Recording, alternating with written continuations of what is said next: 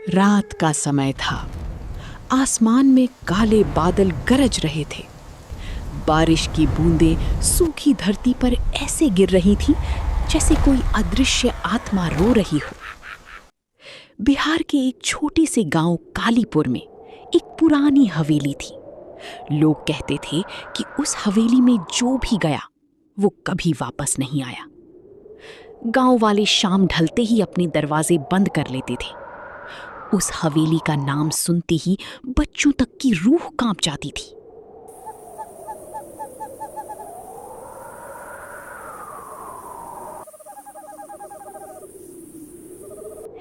एक दिन 4 दोस्त गांव में आए। आरव, समीर, करण और विवेक। वे सब शहर से आए थे और भूत प्रेत जैसी बातों पर विश्वास नहीं करते थे। यार, ये गांव वाले भी ना हर पुरानी बिल्डिंग को भूतिया बना देते हैं। अगर सच में भूत हुआ ना तो मैं उसके साथ सेल्फी लूंगा। मुझे सही नहीं लग रहा। लोगों की आंखों में सचमुच डर था। डरना बंद करो। आज रात हम उसी हवेली में रुकेंगे। ये सुनकर पास बैठा बूढ़ा आदमी अचानक कांप उठा। बूढ़ा धीरे धीरे उनके पास आया।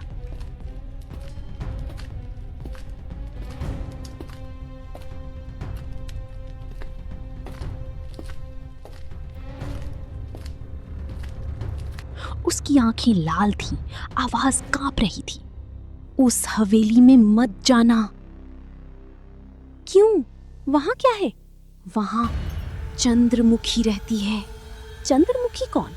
50 साल पहले उस हवेली में एक लड़की रहती थी। बहुत सुंदर, लेकिन बहुत अकेली। एक रात उसकी शादी थी, लेकिन दूल्हे ने धोखा दे दिया। उसने उसी रात हवेली में फांसी लगा ली और तब से हर रात वो किसी को अपने साथ ले जाती है। ये कहते कहते बूढ़े की आंखों से आंसू निकलने लगे।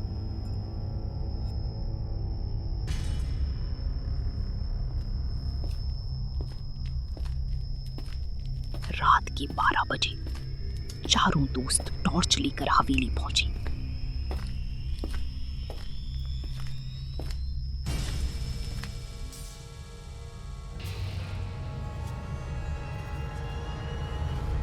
हवेली का बड़ा दरवाजा अपने आप छूं की आवाज के साथ खुल गया। अंदर बहुत अंधेरा था। दीवारों पर जाले लगे थे। हवा में सड़ी हुई गंध थी। अचानक ऊपर से किसी के पायल की आवाज आई। छन छन छन। तभी हवेली का दरवाजा अपने आप बंद हो गया। धड़ाम! चारों डर गई। ऊपर की मंजिल से सफेद कपड़ों में एक औरत दिखाई दी। उसके लंबी बाल चेहरे पर थी। वो धीरे धीरे सीढ़ियों से नीचे उतर रही थी। ये कौन है?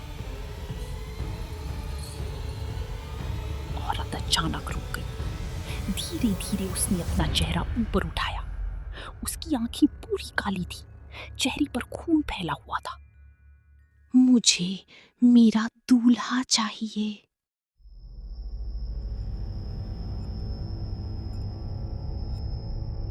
अचानक टॉर्च बंद हो गई।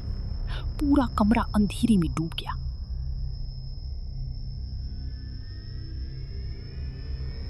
अंधेरे में किसी की चीखने की आवाज आई। हाँ! जब टॉर्च वापस चली, समीर गायब था। जमीन पर सिर्फ उसके खून के निशान थे। समीर कहाँ गया? हमें यहाँ से निकलना होगा। लेकिन तभी दीवार पर खून से लिखा दिखाई दिया, अब कोई वापस नहीं जाएगा।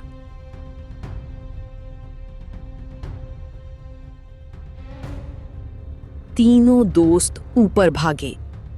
एक कमरा बंद था।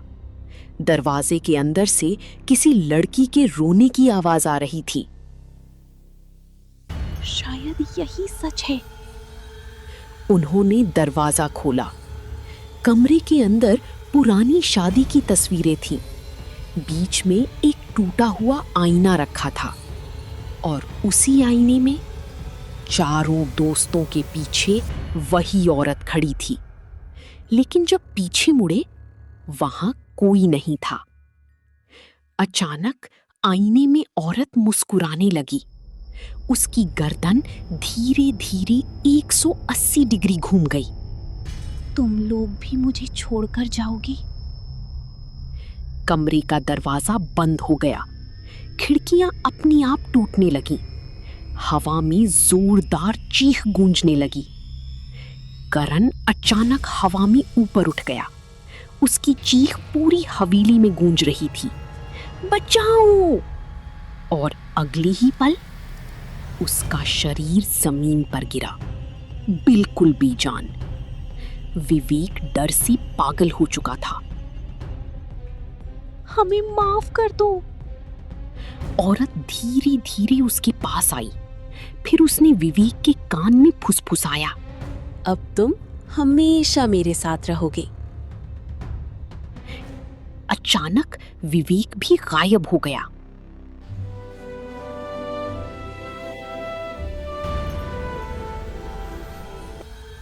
सुबह गांव वाले हवेली पहुंचे। अंदर सिर्फ आरव मिला। वो एक कोने में बैठा कांप रहा था। उसकी आंखें पूरी सफेद हो चुकी थीं। बाकी लोग कहाँ हैं? आरव धीरे धीरे मुस्कुराया और उसी भयानक आवाज में बोला, चंद्रमुखी अब अकेली नहीं है। अचानक हवेली के अंदर फिर वही पायल गूंजने लगी, छन छन छन। और फिर पूरा गांव अंधेरे में डूब गया। रोहन उस रात के बाद पूरी तरह बदल चुका था। वो किसी से बात नहीं करता था, बस कमरे के एक कोने में बैठा रहता और बार बार खिड़की के बाहर देखता रहता। उसकी आंखों के नीचे काले निशान पड़ चुके थे। गांव वाले कहते थे, उसके साथ जंगल से कुछ वापस आया है। उस रात तेज बारिश हो रही थी। रोहन अकेले अपने कमरे में बैठा था। अचानक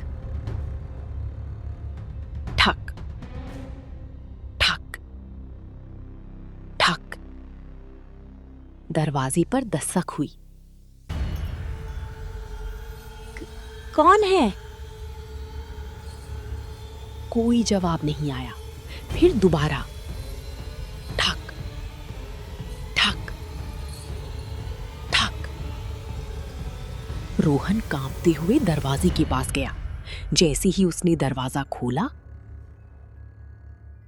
बाहर कोई नहीं था, लेकिन जमीन पर गीले पैरों के निशान बने हुए थे और वो निशान सीधे उसके कमरे के अंदर जा रहे थे। रोहन धीरे धीरे उन निशानों का पीछा करने लगा। निशान उसके बिस्तर तक गए और वहीं खत्म हो गए। कमरे में अचानक बहुत ठंड बढ़ गई। अचानक पीछे से किसी लड़की की धीमी हंसी सुनाई दी। रोहन का शरीर डर से जम गया। उसने धीरे धीरे पीछे देखा, लेकिन वहां कोई नहीं था। फिर अचानक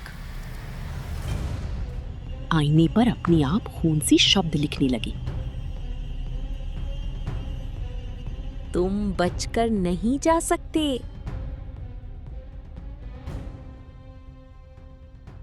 अगली सुबह पूरे गांव में हड़कंप मच गया। गांव का चौकीदार जंगल के बाहर मृत मिला। उसकी आंखें बाहर निकली हुई थी। चेहरे पर डर साफ दिखाई दे रहा था और उसकी छाती पर नाखूनों से लिखा था, वो वापस आ गई है।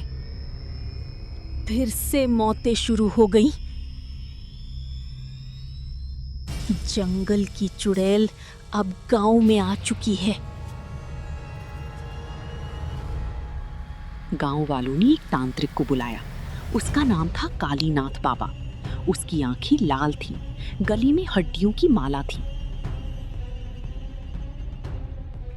जिस आत्मा को तुमने जगाया है, वो साधारण चुड़ैल नहीं है।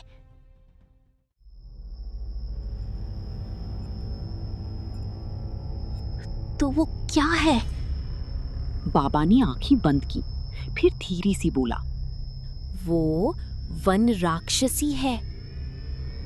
हवा अचानक तेज हो गई। दीपक अपने आप बुझ गए।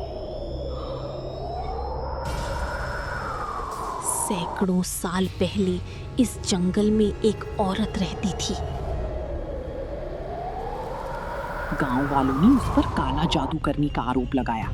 उसे पेड़ से बांधकर जिंदा जला दिया गया। मरते वक्त उसने श्राप दिया था, जो भी इस जंगल में आएगा उसकी आत्मा मेरी होगी। रोहन की सांसें तेज हो गई। तो अब क्या होगा? आज अमावस्या है। आज रात वो अपनी पूरी ताकत में होगी। रात के ठीक 12 बजे पूरा गांव अंधेरे में डूब चुका था। कुत्ते लगातार रो रहे थे। पेड़ों से अजीब आवाजें आ रही थीं। अचानक गांव की सभी खिड़कियां अपने आप खुलने लगीं। धड़ाम धड़ाम धड़ाम। और फिर वही डरावनी हंसी पूरे गांव में गूंज उठी। रोहन और बाबा जंगल के मंदिर पहुंचे। मंदिर के अंदर काली राख फैली हुई थी। दीवारों पर खून के निशान थे। तभी मंदिर के ऊपर से आवाज आई, तुम फिर आ गए? दोनों ने ऊपर देखा। वन राक्षसी छत पर उल्टी लटकी हुई थी। उसका शरीर पहले से भी ज्यादा डरावना था। उसके लंबे हाथ जमीन तक पहुंच रहे थे। इस बार कोई नहीं बचेगा। अचानक उसने बाबा पर हमला कर दिया। कालीनाथ बाबा मंत्र पढ़ने लगे। ओम काली महाकाली। लेकिन मंत्र पूरा होने से पहले वन राक्षसी ने बाबा की गर्दन पकड़ ली। क्रैक! बाबा की गर्दन टूट गई। रोहन डर से चीख पड़ा। रोहन भागने लगा, लेकिन अचानक जंगल के बीच उसे अपने दोस्त दिखाई दिए। साहिल, अर्जुन, नील तीनों खड़े थे, लेकिन उनकी आंखें पूरी काली थीं। रोहन, हमारे साथ रहो। अब तुम भी हमारे जैसे बन जाओ। रोहन पीछे हटने लगा। तभी उसके पीछे वन राक्षसी खड़ी हो गई। उसने रोहन के कान में धीरे से कहा, तुम पहले दिन से मेरे चुने हुए थे। अगली सुबह पूरा गांव खाली मिला। एक भी इंसान नहीं बचा था। सिर्फ जंगल से पायल और हंसी की आवाजें आ रही थीं। कहती हैं, आज भी अगर कोई उस जंगल के पास जाए तो पेड़ों के बीच कुछ परछाइयां दिखाई देती हैं और उनमें एक चेहरा रोहन का भी होता है। और रात में धीरे सी एक आवाज सुनाई देती है, अब तुम भी यहीं रह जाओ।